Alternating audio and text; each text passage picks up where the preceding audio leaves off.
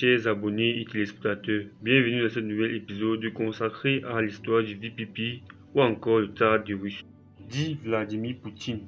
Il est connu d'avoir été le président de la Russie de 2000 à 2008, puis de 2012 jusqu'à nos jours.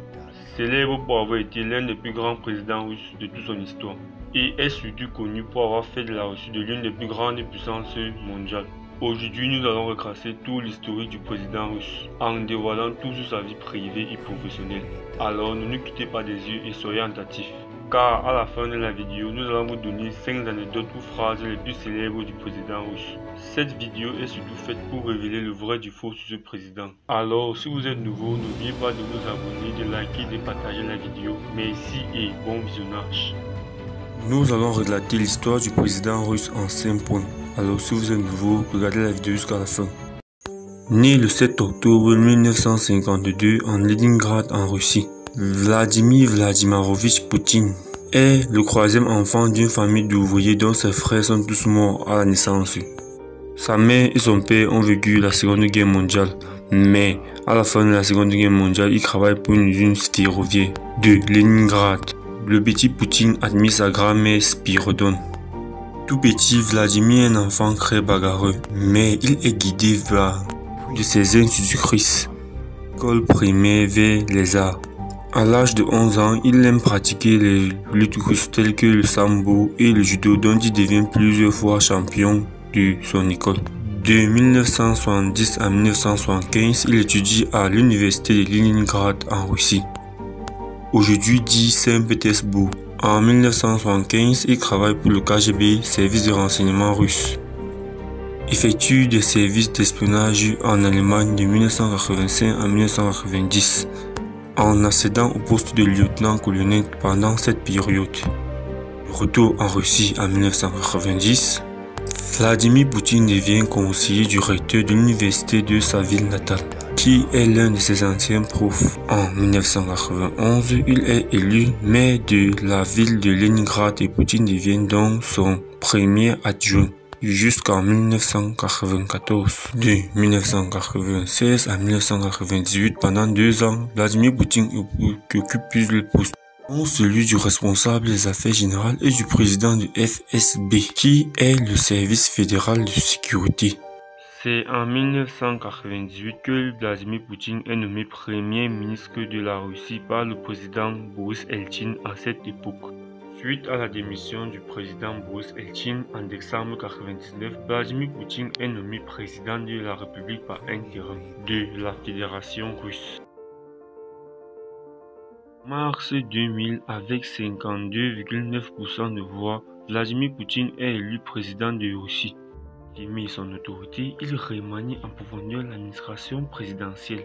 À son propre profil, il retourne les autorités du pèlerin sur les régions et augmente la puissance des gouverneurs. En mars 2004, il est élu président de la République de Russie avec 71,22% des voix de suffrage. Lors d'une attaque en l'école de Bexland en septembre 2004 qui vont provoquer 300 morts lors de la prise d'assaut de la Russie. Et il supprime l'élection des gouverneurs au suffrage universel direct.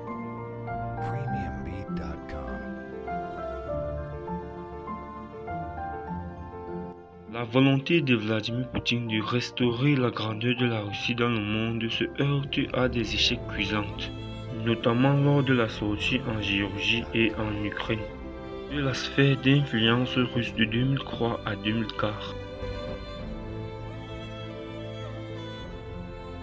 Ne pouvant se présenter pour une 3e fois consécutive, Vladimir Poutine va se retirer du parti Russie Unie et va être remplacé par Dmitry Medvedev, qui est son défunt comme le suggèrent certains médias. Mais en mai 2008, grâce à lui, Vladimir Poutine va être élu premier ministre de la Russie. À ce masque, le président Dmitry augmente le mandat désormais du président de 6 ans au lieu de 4 ans. Et en septembre 2011, Vladimir annonce son mandat aux élections présidentielles de mars 2012. D'importantes manifestations ont vu le jour dans plusieurs grandes villes russes après la victoire du parti pro-russe uni aux élections législatives en septembre 2011. Ils sont accusés par les observateurs et l'opposition d'avoir fraudé les élections législatives.